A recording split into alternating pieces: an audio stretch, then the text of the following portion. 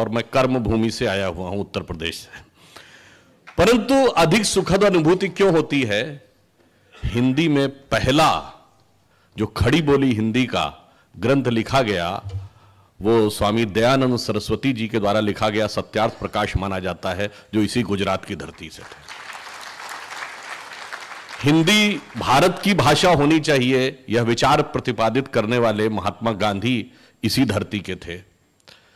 लोकमान्य तिलक महाराष्ट्र से थे, कन्हैयालाल माणिकलाल मुंशी जी भी गुजरात से थे, श्यामा प्रसाद मुखर्जी जी बंगाल से थे, गोपाल स्वामी अयंगर जी तमिलनाडु से थे, और विरोध करने वाले एक पंडित जी उत्तर प्रदेश से थे। अन्यथा वह समस्या कभी पहले ही बेहतर ढंग से समाधान हो जाता। और सिर्फ हिंदी का विषय नहीं है, समस्त भारतीय भाषाओं में के अंदर जो स्व का तत्व है, जिसका कि अभी उल्लेख मोहन जी कर रहे थे, उन्होंने एक विषय कहा कि हमारे यहां युद्ध का भी स्वरूप क्या होता था, जो उन्होंने महाभारत का उल्लेख किया। तो मैं इस भाषा के विषय से ही उसका एक संबंध स्थापित करने का प्रयास करता हूं, जो मैंने पहले एक बार भी बोला था। भाषा हमारे मन में क्या विचार लाती है और हमारे स्व से कैसे दूर ले जाती है, और वह स्व हमारा भाषाओं के माध्यम से कैसे स्थापित होता है। जैसे अभी उन्होंने युद्ध का वर्णन किया, आप सब ने वो कहावत सुनी होगी, everything is fair in love and war. और इसका यदि हिंदी में ट्रांसलेशन हो या भारतीय भाषा में ट्रांसलेशन हो तो कहते हैं जंग और इश्क में सब कुछ जायज है। मगर न जंग हिंदी या भारतीय शब्द है, न इश्क भारतीय शब्द है, न जायज भारतीय शब्द है। किसी भारतीय भाषा में, संस्कृत हो, हिंदी हो, गुजराती हो, मराठी हो, बंगला हो, आपने कभी कोई ऐसी कहावत नहीं सुनी होगी कि युद्ध और प्रेम में सब कुछ अनुचित उचित है, क्योंकि यह हमारे स्व का तत्व होता ही नहीं है। हमारे यहां प्रेम त्याग का प्रतीक है और युद्ध का धर्म था। और प्रेम क्या त्याग का प्रतीक है? लोग प्रेम में या तो प्राप्ति हो जाती है, तो एक अज्ञे जी ने एक पंक्ति में लिखा था, वो मुझे बहुत उपयुक्त लगता है। आजकल तो युवक युवतियों में बड़ा प्रेम का भाव उत्पन्न होता है। अब उसके दो परिणाम होते हैं। अगर प्राप्ति हो गई तो वो हाला की तरह हो जाती है, यानी शराब के नशे की तरह, और यदि उसमें असफल हो गए तो वो अनुभवों के कड़वे रस का एक प्याला हो जाता है। परंतु उन्होंने लिखा, भारतीय परंपरा में जो हमारा स्व था उसमें प्रेम क्या था। अज्ञे जी की कविता में है, वे मुर्दे होंगे प्रेम जिन्हें अनुभव रस का कटु प्याला है, वे रोगी होंगे प्रेम जिन्हें सम्मोहनकारी हाला है, मैंने विदग्ध हो जान लिया अंतिम रहस्य पहचान लिया, मैंने आहुति बनकर देखा यह प्रेम यज्ञ की ज्वाला है। तो हमारे यहां यह था। वैसे ज्वाला में जलने वाले लोग आजकल भी बहुत सारे दिखाई पड़ रहे हैं, जो अपने पोस्टर में जलता हुआ दिखाई दे रहे हैं। परंतु मैं उनसे कहना चाहूंगा, हां हम जलते हैं, मगर किस हेतु से जलते हैं यह आपकी बुद्धि से परे है। क्योंकि हमने बचपन में शाखाओं में वह गीत सुना, हम केशव के अनुयायी हैं, हमने तो बढ़ना सीखा है, और आगे जलने का उल्लेख है, अंधकार में बंधु भटकते पंथ बिना व्याकुल दुख सहते, पथ दर्शक दीपक बन तिल तिल हमने तो जलना सीखा है। अब युद्ध पे आए, जिसका प्रतिपादन उन्होंने किया। युद्ध का धर्म क्या था? मैं एक उदाहरण देना चाहता हूं। महाभारत के युद्ध का उन्होंने उल्लेख किया। महाभारत में एक प्रसंग आता है कि जब कर्ण और अर्जुन का युद्ध हो रहा होता है, तो नागों का राजा विश्वसेन कर्ण के रथ के पास पहुंचता है और उसके तर्कश में जाकर कहता है कि मेरा भी अर्जुन उतना ही बड़ा शत्रु है जितना तुम्हारा शत्रु है, बस अपने बाण पर चढ़कर मुझे अर्जुन के रथ तक पहुंचने दो और मैं इसको डसकर समाप्त कर दूंगा, मेरा भी प्रतिशोध पूरा और तुम्हारे शत्रु की मृत्यु। मगर everything is fair in love and war, जंग में सब कुछ जायज होने की कहावत वालों को समझना चाहिए कि कर्ण क्या जवाब देता है। कर्ण कहता है, उसमें जो बहुत बड़ा क्रक्स है, वो कहता है, तेरी सहायता से जय तो मैं अनायास पा जाऊंगा, आने वाली मानवता को लेकिन क्या मुख दिखलाऊंगा। आगे की पंक्ति और महत्वपूर्ण है, जो भारतीय परंपरा के स्व को कहती है, उसमें सारा क्रक्स है। वो कहता है अर्जुन है मेरा शत्रु, किंतु वह सर्प नहीं नर ही तो है, संघर्ष सनातन नहीं शत्रुता इस जीवन भर ही तो है। अब जब हम जन्म जन्मांतर में विश्वास करते हैं तो धर्म अलग हो जाता है। तो वो कहता अगला जीवन किस अर्थ हो, फिर हो द्वेषांध बिगाड़ूं मैं, सांपों की जाकर शरण सर्प बन क्यों मनुष्य को मारूं मैं, जा भाग मनुज का सहज शत्रु मित्रता न मेरी पा सकता, मैं किसी हेतु भी यह कलंक अपने सिर नहीं लगा सकता। और यह सिर्फ हमारे कथानकों में नहीं, रियल हिस्ट्री में है। केरल में जब पुर्तगीज आते हैं तो पद्मनाभ मेनन जी ने अपनी जो किताब में हिस्ट्री ऑफ केरल में लिखा है कि वहां के राजाओं ने जब पुर्तगालियों से युद्ध की बात कही तो एग्जैक्टली वही बात जो मोहन जी कह रहे थे। उन्होंने कहा भाई युद्ध एक अलग मैदान में होगा, युद्ध में हम ड्रम बजाएंगे, फिर उसके बाद आपसे युद्ध प्रारंभ होगा, किसी आम व्यक्ति को मारा नहीं जाएगा। और इस प्रकार से उन्होंने पूरा जो विषय बताया तो पुर्तगालियों को लगा कि ये युद्ध की बात कर रहे हैं या किसी खेल की बात कर रहे हैं। और ये ऐसा ही नहीं, उत्तर भारत में राजस्थान में कर्नल जेम्स टॉड हुए जिन्होंने लिखा annuls and antiquities of Rajasthan. उनकी हर बात से हम सहमत नहीं हैं, मगर उन्होंने एक बात लिखी कि भारत के जो हिंदू राजा थे इनके लिए ऐसा लगता है कि युद्ध जीवन मरण का प्रश्न नहीं होता था, वो शक्ति प्रदर्शन के टूर्नामेंट की तरह उसको लेते थे और किसी को मारते नहीं थे, और अंत में वो लोग जो विजयी हो गया उसके उपरांत चले जाते थे। ये हमारे यहां युद्ध का धर्म था। इसीलिए आप कहेंगे चलिए ये तो मिडिवल हिस्ट्री थी, मॉडर्न हिस्ट्री में आइए। आज भारत की सेना यूएन पीस कीपिंग फोर्स की सबसे एक्टिव आर्मीज में से एक है।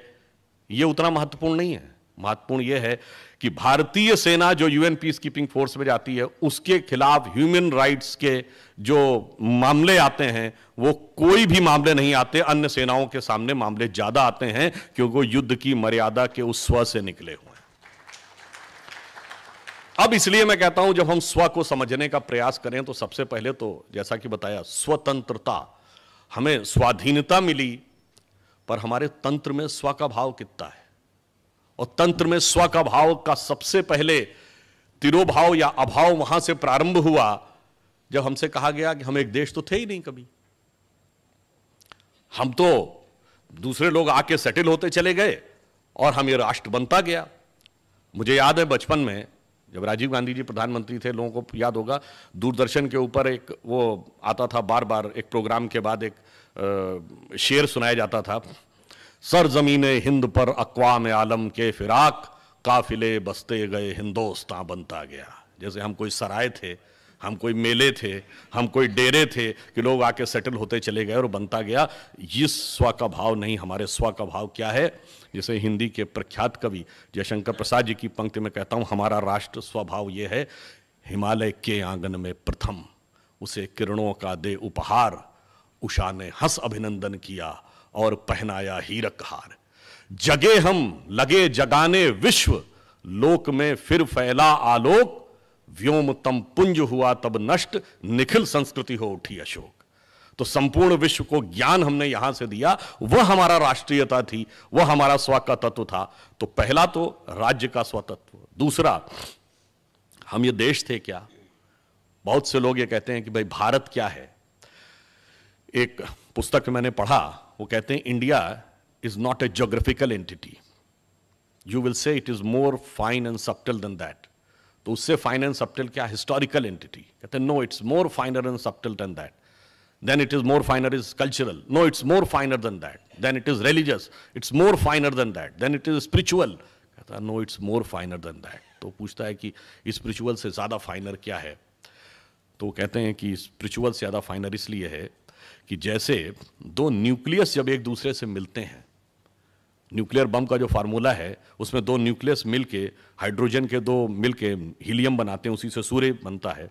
तो एक प्रचंड विस्फोट होता है और इस कारण से वो रेडियो एक्टिव वेव्स उस क्षेत्र में विद्यमान हो जाती हैं। वैसे ही उन्होंने कहा इस देश में हजारों वर्षों में हजारों लोगों ने अपनी आत्मा का परमात्मा के साथ फ्यूजन करने में सफलता हासिल की है और उस प्रचंड विस्फोट की तरंगें इस धरती पर विद्यमान हैं। आप जाकर इसको समझ पाएंगे, तब आप जान पाएंगे कि राष्ट्र क्या है और उसकी स्व की अनुभूति कर पाएंगे, अन्यथा बिल्डिंगें देख के चले आएंगे।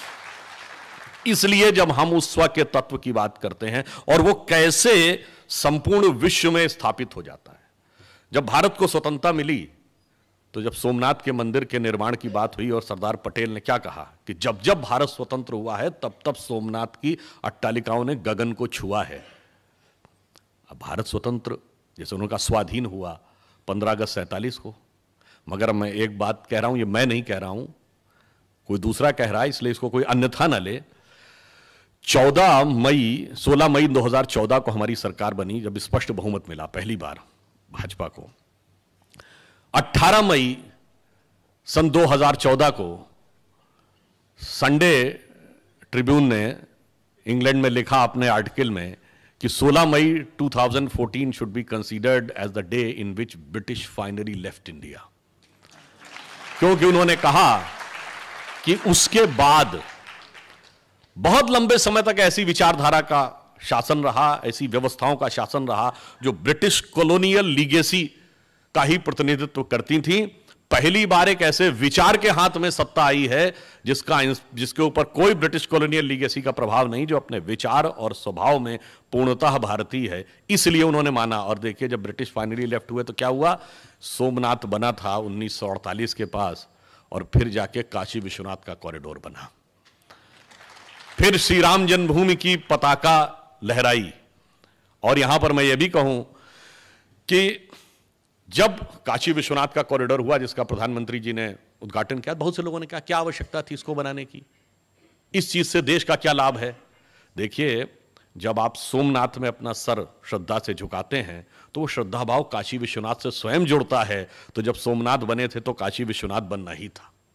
और इतना ही नहीं, जब आप काशी विश्वनाथ में अपना सर श्रद्धा से झुकाते हैं तो उत्तर में अमरनाथ के साथ भी भावना वैसे ही जुड़ती है, दक्षिण में रामेश्वरम के साथ भी जुड़ती है, पश्चिम में सोमनाथ के साथ भी जुड़ती है, पूर्व में मल्लिकार्जुन के साथ भी जुड़ती है। और इतना ही नहीं, वो काठमांडू के पशुपतिनाथ के साथ भी जुड़ती है, पाकिस्तान के कटास राज के साथ भी जुड़ती है, कैलाश मानसरोवर के साथ भी जुड़ती है। वह हमारा हिस्सा राजनीतिक दृष्टि से कहीं भी चला गया हो, वह इस राष्ट्र की चेतना अखंड यथावत रहती है। और यदि आप लोग जाकर चेक करें, चाहे तो अभी भी चेक कर सकते हैं, चंगेज खां और जितने मंगोलिया के मकबरे हैं उनके बाहर आप जाके उसकी फोटो देखेंगे तो त्रिशूल लगा हुआ है और श्रृंगी भी लगी है मकबरे के बाहर। क्यों? आप किसी से इतिहास से पूछिए तो कहते मंगोलों का धर्म क्या था, कहते तेंद्रिन था। तेंद्रिन और कुछ नहीं था, तंत्र शब्द का अपभ्रंशी तेंद्रिन है और तंत्र के देवता भगवान शंकर हैं, इसलिए मकबरे के बाहर त्रिशूल लगा है। वहां तक जाके हमारा भाव जुड़ता है। और इतना ही नहीं, अभी माननीय मोहन जी ने कहा कि हिग्स बोसॉन तक दुनिया पहुंची। ये हिग्स बोसॉन जिस लेबोरेटरी में खोजा गया वो थी यूरोप की सन लेबोरेटरी, और सन लेबोरेटरी की लॉबी में आप जाइए तो नृत्य करते हुए भगवान शंकर की नटराज की मूर्ति रखी हुई है, और जिसके नीचे ऑस्ट्रियन साइंटिस्ट फिट्जे कैपरा का कोट लिखा हुआ है कि now the science has come to the conclusion that the consistent perpetual creation and destruction of universe is like the cosmic dance of Shiva. तो हम इस प्रकार संसार से जाकर जुड़ जाते हैं, और हमारे जितने भी देवता हैं, जितने भी प्रतीक हैं, जैसा कि माननीय मोहन जी ने कहा, हम अंतर की यात्रा की तरफ जाते थे। अंतर की यात्रा की तरफ क्यों जाते हैं और उसके जाने से फर्क क्या पड़ता है, और उसके कारण से हमारे एडमिनिस्ट्रेशन, सोसाइटी, डिप्लोमेसी पे क्या फर्क पड़ता है। मैं बात एक बार पहले भी कहा हूं, हमारे यहां जब सूर्य दक्षिणायन से उत्तरायण में जाता है तो उसको क्या कहते हैं, संक्रांति कहते हैं।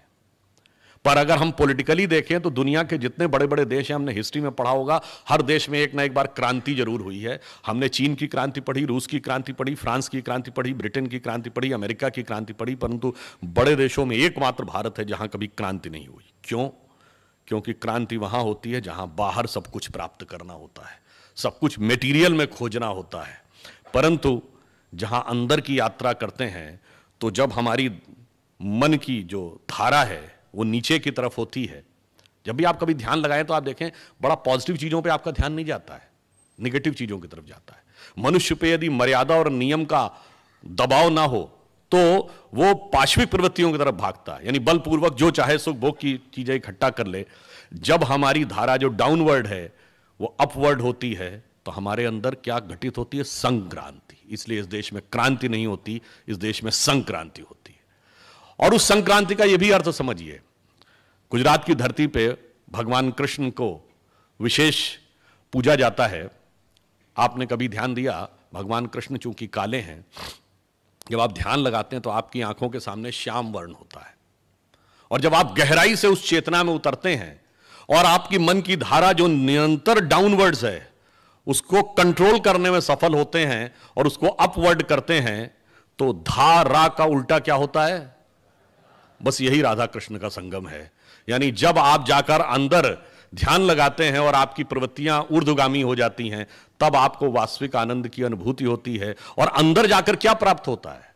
देखिए, भगवान कृष्ण ही जो हैं वो राधा कृष्ण के तो प्रतीक हैं ही, परंतु इसी के साथ साथ एक बात और देखिए, उनको मक्खन बहुत प्रिय है। वो हंडिया में से मक्खन खाते हैं और उसको तोड़ के खाते हैं, मिट्टी की हांडी को, और फिर वो निष्काम कर्म के प्रतीक भी बनते हैं। इन सब के पीछे हमारी चेतना का वह रहस्य है कि मक्खन क्यों प्रिय है। हमारा मन दूध की तरह है, हम पानी में मिला देते हैं तो दूध पानी में मिल जाता है, नष्ट हो जाता है। परंतु यदि इस दूध को स्थिर कर लें, वो दही बनता है, दही को मथ लें तो मक्खन बनता है, मक्खन को पानी में डालिए तो वो मिलता नहीं है। तो निष्काम कर्म व्यक्ति संसार में आकर तभी कर सकता है जब अपनी चेतना को स्थिर कर कर मथ कर उसमें से नवनीत निकालने में सफल हो जाए। इसलिए भगवान कृष्ण निष्काम कर्म के प्रतीक हैं। और इतना ही नहीं, अगर आप ये देखें, अब कभी कभी बहुत से प्रश्न उठते हैं ना कि भगवान कृष्ण की इतने हजार गोपिकाएं थीं, तो इतने, एक बार मैं बचपन में कॉलेज में था तो हमारी एक डिबेट थी जिसका टॉपिक था कि Indian culture will self demarcates between man and women. तो इसके पक्ष में बोलने में तो बहुत मिल जाएंगे, अगेंस्ट में बोलना बड़ा मुश्किल था। तो उसमें एक रिबटलिंग पैनल भी था, यानी आपको खाली डिबेट करके चले नहीं आना है, प्रश्नोत्तर भी होंगे। तो प्रश्नोत्तर करने वाली एक महिला थी, उन्होंने प्रश्न किया कि what you have to say about the more than 10,000 wives of भगवान कृष्ण। मैंने कहा no, he was not having 10,000, he was having 16,108। तो उन्होंने कहा yes yes whatever the figure is, but what is the answer? मैंने कहा the answer lies in the figure. 16,108 Veda में ऋचाओं की संख्या है, और सभी गोपियों के साथ एक साथ भगवान कृष्ण जब रास करते हैं, इसका अर्थ हुआ किसी एक ऋचा को लेकर आप ध्यान लगाकर गहरे चेतना में उतरिए तो उसी आनंद की अनुभूति होगी जो किसी दूसरी ऋचा के साथ दूसरे व्यक्ति को हो रही होगी। एक ही ब्रह्म सभी में उद्भासित हो रहा होगा। और ये मैं ऐसे ही नहीं कह रहा हूं, सूरदास ने लिखा है, वेद ऋचा भई गोपिका हरिसो कियो विहार।